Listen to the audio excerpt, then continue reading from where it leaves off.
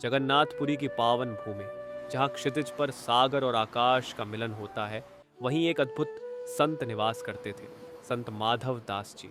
उनका हृदय अपने आराध्य भगवान जगन्नाथ के प्रति इतना सखा भाव रखता था जैसे प्रभु स्वयं उनके अंतरंग मित्र हों। और इस अनूठे प्रेम की साक्षी थी जगन्नाथपुरी की ये संध्याएं। नित्य शाम को जब सागर की लहरें राग सुनाती थीं, स्वयं प्रभु जगन्नाथ माधव दास जी के सखा बनकर उनके पास आ बैठते। घंटों बातें होती, हंसी ठिठोली होती और कभी कभी तो ऐसी लीलाएं रच जाती जो भक्तों के हृदय में सदा के लिए बस जाती थी। एक संध्या प्रभु जगन्नाथ आए। अरे, आज तो मेरे सखा के मुख पर उदासी छाई है।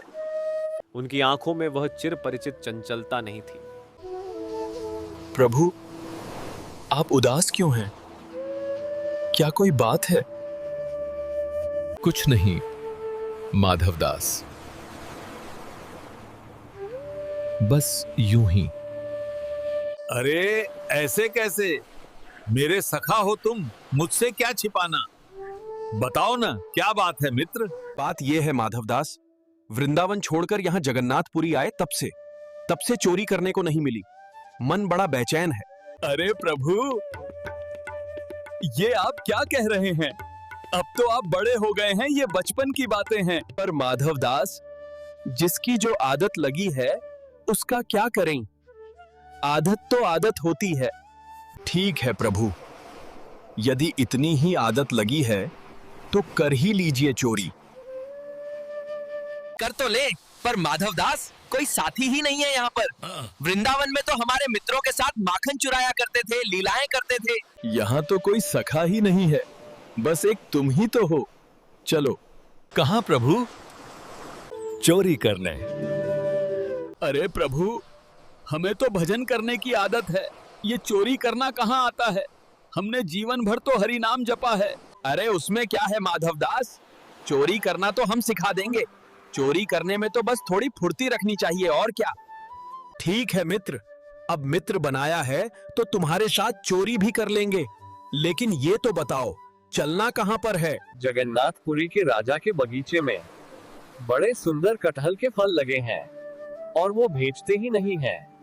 प्रभु, चोरी करने की क्या जरूरत है? राजा जी तो हमारे ही शिष्य हैं। कल हम उनसे कहेंगे और आपके लिए कटहल ले आएंगे। नहीं नहीं माधवदास, ऐसे नहीं। मजा तो चुराने में ही आएगा।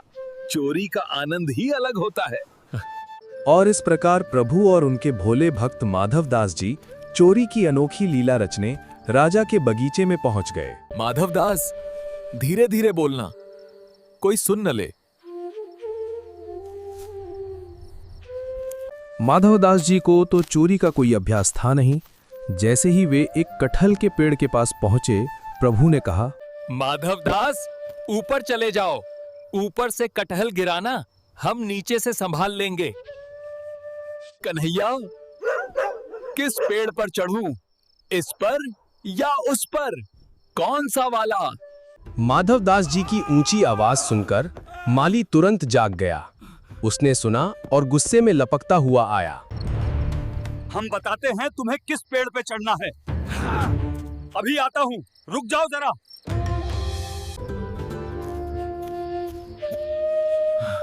मैंने तुम्हें पहले ही कहा था, थोड़ा धीरे धीरे बोलना। माली वापस अपनी जगह जाकर फिर सो गया। प्रभु ने फिर से माधवदास जी को पेड़ की ओर इशारा किया। इस बार इस पर चढ़ो और धीरे से कटहल तोड़ना।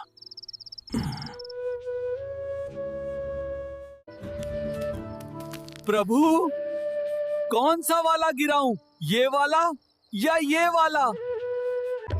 मैं अभी बताता हूं। माली ने माधवदास जी को पकड़ लिया। अंधेरे में ही उन्हें 2-4 डंडे लगा दिए और रात भर एक पेड़ से कसकर बांध दिया। कहां गए वो जो हमें यहाँ चोरी करने लाए थे? खुद तो अंतर्ध्यान हो गए। क्या देख रहे हो? रात भर यहीं बंधे रहो, सुबह राजा जी के पास ले चलूंगा। सुबह हुई। माली माधवदास जी को बांधकर राजा के पास ले जाने लगा। रास्ते में ही स्वयं राजा जी मिल गए। अपने पूज्य गुरुदेव को इस अवस्था में देखकर राजा क्रोध से लाल हो गए। तुमने मेरे गुरुजी को क्यों बांधा? नहीं राजन, इसे कुछ मत कहो। जब हम ऐसे काम करेंगे तो बंधेंगे ही ना। गुरुदेव, आपने ऐसा क्या किया है?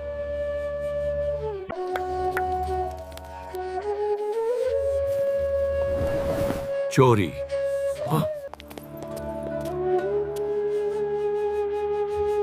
आपने चोरी की? हाँ, कुसंग में पड़कर सब कुछ करना पड़ता है राजन। किसका कुसंग गुरुदेव? ये बात हम आपके घर में ही बताएंगे। राजा माधवदास जी को अपने महल ले गए। माधवदास जी ने प्रभु के साथ हुई सारी लीला एक एक करके राजा को विस्तार से सुनाई। सारी बात सुनकर राजा की आंखें प्रभु भक्ति में नम हो गईं। उनका हृदय रोमांचित हो उठा। उन्हें अपने आराध्य की इस अलौकिक लीला का अनुभव हुआ और बिना एक पल भी गवाए राजा ने उसी क्षण अपना पूरा का पूरा कटहल का बगीचा प्रभु श्री जगन्नाथ जी के नाम कर दिया। उसी शाम संत माधवदास जी फिर से उन कागजातों को लेकर सागर किनारे पहुंचे और वहां प्रभु जगन्नाथ प्रकट हुए। और संत जी, रात कैसी गुजरी? हमने तो तुमसे पहले ही कहा था कि फुर्ती रखनी चाहिए, लेकिन तुम तो ऐसे उतर रहे थे जैसे कुछ हुआ ही नहीं हुई। हम तो ठीक हैं प्रभु। हम तो पीटे भी गए, रात भर बंधे भी रहे। आप तो अंतर्ध्यान होकर आ गए। कुछ मिला? एक कटहल तक नहीं ला पाए। पर हमें देखिए, हम तो पूरा का पूरा बगीचा ही आपके नाम करवा लाए हैं। कहते हैं कि आज भी वो पूरा बगीचा श्री जगन्नाथ जी के नाम पर है। ये लीला हमें सिखाती है कि कैसे भगवान अपने भक्तों के साथ एक मित्र का भाव रखते हैं, कैसे उनके जीवन में अनोखी लीलाएं रचते हैं और कैसे अपने भक्तों के माध्यम से अपने ही कार्य सिद्ध कर लेते हैं। यही है भगवान और भक्त के सखा भाव की अद्भुत और अनुपम महिमा। अगर आपको ये लीला पसंद आई हो तो TV10 इंडिया को लाइक और सब्सक्राइब जरूर करें।